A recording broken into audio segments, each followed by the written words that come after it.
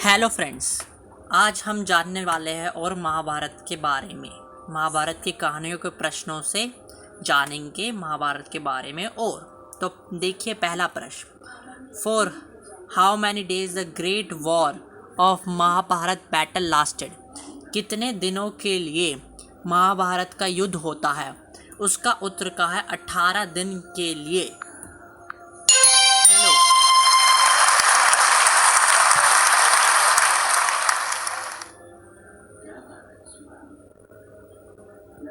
चलो दूसरे प्रश्न का उत्तर देखते हैं। What was the name of Shantanu first wife. इसी प्रश्न से महाभारत के काव्य के आगे कहानी चलती है। शांतनु की पहली पत्नी का नाम गंगा होता है। गंगा के 7 पुत्र होते हैं, उसमें से वो 6 पुत्रों को नदी में डुबा देती है और 7वें पुत्र को डुबाने जा रही होती है, बस शांतनु से रोक देता है। उसी के कारण जो 7वां पुत्र होता है देवव्रत, और जो भीष्म के नाम से जाना जाता है, उसे श्रापित जीवन जीना पड़ता है, क्योंकि उन्हें श्राप मिला था कि वो अगले जन्म में 7 भाई जो थे वो धरती लोक में जाकर भोगेंगे। तो उसी श्राप से मुक्ति पाने के लिए गंगा ये जुगाड़ लगाती है, क्योंकि यहीं से उन्हें मुक्ति मिलती है। परंतु भीष्म को वो डुबाती नहीं है, जिसके कारण उन्हें इतना भोगना पड़ता है। तो उसका आंसर है गंगा। चलो हम आगे चलते हैं। Who recited the Mahabharata. Mahabharata किसने लिखी? इसका उत्तर बहुत सरल है। जो सबसे पहली बार महाभारत लिखी थी वो वेद व्यास जी ने लिखी थी। वेद व्यास की एक और बात मैं कहना चाहता हूँ। वेद व्यास जो होते हैं, जिसके कारण 3 पुत्र का जन्म होता है, वो होते हैं धृतराष्ट्र, पांडु और विदुर। और इधर से ही आगे कहानी चलती है। What did Drona ask for Eklavya. एक गुरु द्रोण कौन होते हैं? द्रोण, जो गुरु द्रोण के नाम से जाने जाते हैं, वो गुरु होते हैं पांडव और कौरवों के। ये वो चाहते हैं कि अर्जुन सबसे सर्वश्रेष्ठ धनुर्धर रहे, परंतु एकलव्य बचपन में अर्जुन से ज़्यादा प्रभावशाली होने लगा था। तो गुरु द्रोण का भय था कि एकलव्य अर्जुन से बेहतर ना निकल जाए, जिसके कारण अर्जुन बेहतर ना रहे और गुरु द्रोण का भी नाम खराब हो। इसलिए उनने एकलव्य से उनका सीधे हाथ का थंब मांग लिया था, जिसके कारण वो तीर ना चला पाए। एकलव्य को गुरु द्रोण ने शिक्षा क्यों नहीं दी? क्योंकि गुरु द्रोण सिर्फ राजाओं के बेटे को शिक्षा देते थे।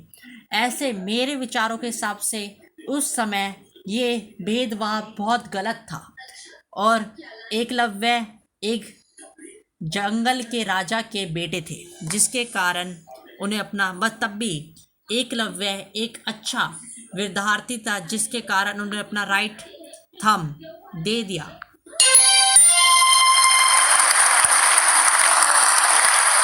What was the Bhishma name. ये तो सबको ही पता है, भीष्म के पिता का नाम शांतनु होता है। चलो हम चलते आगे। What were the name of ornament given to the Karna by Suryadev. वो कवच और कुंडल थे। उनने कवच कुंडल क्यों दिए? चलो मैं आपको कर्ण की कहानी भी सुनाता हूँ। कुंती जो विवाहित नहीं थी, जिनके पांडु से विवाह होता है, तो जब वह विवाहित नहीं होती तो उन्हें एक आशीर्वाद मिला होता है कि वह जिस देवता का पुकार करेंगे वह देवता उन्हें प्रकट करेंगे और उनके अंश से उन्हें एक पुत्र प्राप्त होगा। तो उनने नौजवानी में बालिका के रूप में सूर्यदेव का नाम प्रभाव किया। तो कर्ण का जन्म तभी हुआ, परंतु सूर्यदेव ने कुंती की मदद की।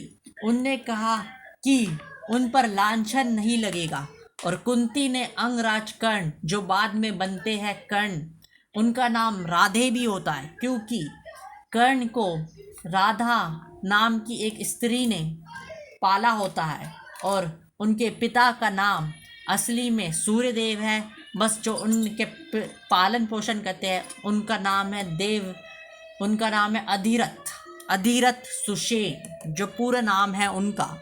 तो वो सारथी होते हैं। बस कर्ण की और कहानी आगे बहुत है लंबी। बस आज के लिए, अभी के लिए थोड़ी सी कहानी। और वो कवच कुंडल जो होते हैं कर्ण के पास, उसके कारण कोई भी तीर उन्हें चोट नहीं पहुंचा सकता। चलो हम चलते हैं आगे। From which Guru the Karna learn archery. तो यहाँ पर कर्ण की कहानी, यहाँ पर प्रश्न पूछा है, तो कर्ण की कहानी का और आगे का भाग मैं बताता हूँ। तो कर्ण जो एक सारथी के पुत्र होते हैं, तो जो सारथी के पुत्र, लोग उन्हें मानते हैं सूत पुत्र के नाम से चढ़ाते हैं। तो गुरु द्रोण के पास वो शिक्षा प्राप्त करने के लिए जाते हैं। बस गुरु द्रोण उसे मना कर देते हैं। तो उन क्रोध के कारण वो गुरु परशुराम के पास जाते हैं। भगवान परशुराम जो शिव जी के अवतार है, विष्णु जी के अवतार है, शिव जी के भक्त है। यहाँ पर मेरी थोड़ी सी गलती हो गई, इसलिए मुझे माफ़ करना। जो शिव जी के भक्त है और विष्णु जी के अवतार है, परंतु उनने भी एक प्रण लिया होता है कि वह ब्राह्मणों को ही शिक्षा देंगे। तो अंगराज कर्ण जो बाद में वो बनते हैं कर्ण, वो झूठ बोलकर कहते हैं कि वो ब्राह्मण ही है।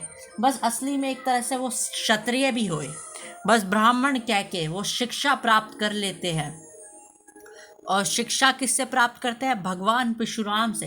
परंतु भगवान परशुराम उन्हें एक श्राप भी देते हैं कि अगर उन्हें अपनी शिक्षा की सबसे ज़्यादा आवश्यकता पड़ेगी तो वो अपनी शिक्षा भूल जाएंगे।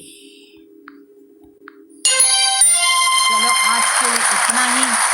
आगे और जानकारी के लिए मैं आपको महाभारत की पूरी कहानी बताऊंगा प्रश्नों के उत्तर में। तो हमारे चैनल को लाइक कीजिए, सब्सक्राइब कीजिए और सपोर्ट कीजिए। अगर आपको कोई क्वायरी हो कमेंट कीजिए और हम कमेंट करके मैं आपके प्रश्नों का उत्तर दूंगा। Thank you.